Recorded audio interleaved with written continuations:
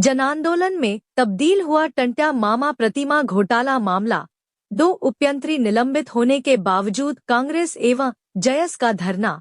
सचिन यादव ने कहा, टंट्या मामा का है अपमान। खरगोन शहर के बिस्टान रोड नाके तिराहे पर नगर पालिक द्वारा स्थापित की गई क्रांतिकारी टंट्या मामा प्रतिमा खरीदी में कथित तौर पर लगाए जा रहे घोटाले के आरोपों का मामला अब जनांदोलन में तब्दील होते नजर आ रहा है। जयस, आदिवासी समाज सहित कांग्रेस नेताओं कार्यकर्ताओं ने सामूहिक रूप से धरना प्रदर्शन कर मामले में सीएमओ सहित नपाध्यक्ष पर कार्रवाई की मांग की है। धरने के बाद शाम को एसपी को सौंप ज्ञापन में दोषियों पर एफआईआर और कड़ी कार्रवाई की मांग की। ज्ञापन में बताया कि नगरपालिका परिषद खरगोन द्वारा दिनांक 15 नवंबर को टंट्या मामा चौराहे पर मूर्ति स्थापित की गई थी। परिषद द्वारा प्रस्ताव पारित कर धातु की मूर्ति लगाने हेतु लगभग 10 लाख रुपए का बजट स्वीकृत किया गया और इसके लिए निविदाएं भी आमंत्रित की गई। धरने के दौरान कसरावद विधायक सचिन यादव ने आरोप लगाया कि मौके पर धातु की जगह फाइबर की मूर्ति स्थापित कर दी गई,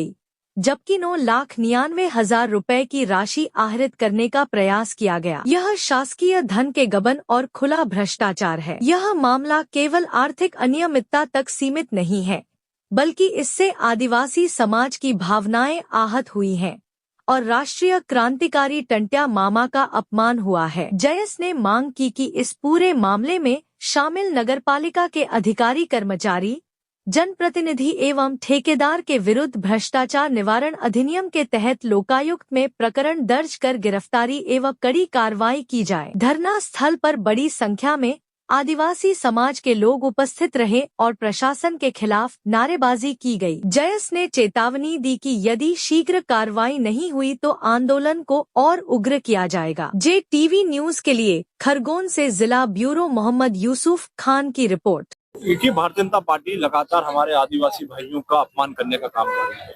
उनकी जो परंपराएं है, उनकी जो संस्कृति है, उनकी जो रीति रिवाज है, और अब तो हद हो गई है कि हमारे जो महानायक है, हमारे जो जननायक है, हमारे जो भगवान है, उनका भी अपमान करने से ये भारतीय जनता पार्टी की सरकार पीछे नहीं हटी है। धातु की मूर्ति की स्थापना करने के बजाय फाइबर की मूर्ति लगाने का काम किया गया और लगभग 10 लाख रुपए की राशि की हेरफेर करने की तैयारी जो है नगर परिषद नगर पालिका की तरफ से थी। और जब ये विषय उठाया गया हमारे साथियों के द्वारा, इसका जब विरोध किया गया, जब हमारे मीडिया के साथियों ने इस विषय को जनता के सामने लाने का काम किया, तो कार्रवाई के नाम पर मात्र एक इंजीनियर को सस्पेंड करने का काम किया जाता है, और वो भी इंजीनियर एक आदिवासी भाई है, उसको सस्पेंड करने का काम किया जाता है। जबकि जो जिम्मेदार है, चाहे वो अध्यक्ष जी हो, चाहे और तमाम उनके नीचे जो लोग काम करते हैं, जिनके हस्ताक्षर से ये पूरे आदेश जारी हुए हैं, उनके ऊपर कार्रवाई क्यों नहीं की जा रही है। तो आज धरने के माध्यम से हमारी ये मांग है कि तत्काल प्रभाव से ये फाइबर की मूर्ति हटा करके धातु की मूर्ति लगाने का काम किया जाए। जो स्थल जहाँ पर मूर्ति की स्थापना होना चाहिए, वो सही स्थल पर जो है मूर्ति लगाने का काम किया जाए।